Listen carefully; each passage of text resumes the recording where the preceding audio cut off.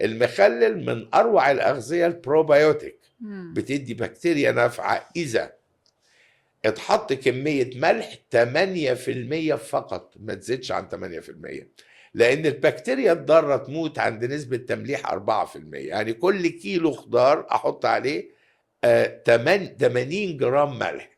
فوق 40 جرام ملح تموت البكتيريا الضاره، فوق 100 جرام ملح تموت طب البكتيريا وانا النافعه. اظبطها ازاي 80 جرام دي؟ الكيلو الخضار بجيب المعلقه الاكل او معلقه الشوربه مليانه ومشوشه، دي 20 جرام. المعلقه الشوربه الممسوحه 10 اللي هي جرام. معلقه اللي بناكل بيها الرز. المعلقه اللي بناكل بيها الرز، معلقه تمام. الشوربه الكبيره اللي هي الكبيرة. المعلقه العاديه. اه مش معلقه الشاي الصغيره. ايوه. المسح 10 جرام. المشوشه المهرمه دي 20 جرام، 4 معالق منها يبقى 80 جرام. الله يفتح عليك، حلو، معلومه جديده. لا يعني ده مكاييل ده المخلل اللي ده يكون المخلل آمن. الصح، وما احطش عليه خل والا البكتيريا النافعه تموت، وما اغليش ميه واحطها عليها. تمام. وما اجي اخلل ادوب الملح في الميه، الاربع معالق الكبار المشوشين دول في لتر ميه، واحط الخضار اللي انا عايز اخلله.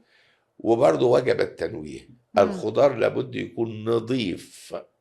يعني مش الخيار اللي ابتدى يكرمش اقول طب زي بعضه خللوه، لا، لازم يكون محترم طازه عادي طبعا. وما يكونش عليه اي صوره من صور الفساد. تمام. ببتدي احطه واحط الميه واخلي الخضار غاطس في الميه، لازم علشان يحصل تنميه للبكتيريا لا هوائيه مش هوائيه، علشان ما يعمليش ريم ابيض زي ما بنشوفه على الخيار المخلل وبعض انواع المخللات.